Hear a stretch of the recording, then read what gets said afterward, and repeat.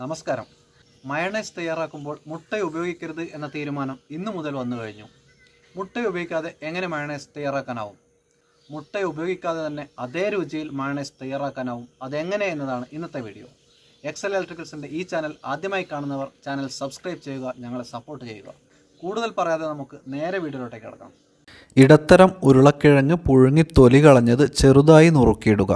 ഈ ഉരുളക്കിഴങ്ങിന് ആവശ്യമായ ചേരുവകളാണ് ഇനി പറയുന്നത്. ഇതിൽ കൂടുതൽ ഉരുളക്കിഴങ്ങ് ഉപയോഗിക്കുമ്പോൾ ചേരുവകളുടെ അളവിലും മാറ്റം വരുത്തിയാൽ മതി. ഇതിലേക്ക് 1-2 അല്ലി വെളുത്തുള്ളി തൊലി കളഞ്ഞത് ഇടുക.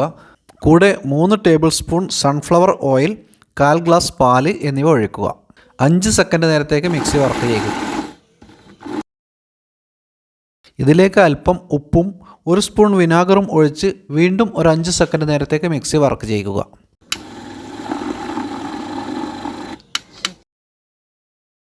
ഇനി നമുക്ക് ആവശ്യമായ അത്രയും കൊഴുപ്പിന് അനുസരിച്ച് പാലൊഴിച്ച് 5 സെക്കൻഡ് കൂടി മിക്സ് വർക്ക് ചെയ്യിച്ചാൽ മയണൈസ് റെഡിയായി. വെജിറ്റബിളാണെന്ന് തിരിച്ചറിയാൻ പോലും പറ്റാത്ത രീതിയിൽ മയണൈസ് തയ്യാറായി കഴിഞ്ഞു. വീഡിയോ ഇഷ്ടമായ ലൈക്ക് ചെയ്യാനും ഇതുവരെ സബ്സ്ക്രൈബ് ചെയ്യാത്തവർ സബ്സ്ക്രൈബ് ചെയ്യാനും മറക്കരുത്. താങ്ക്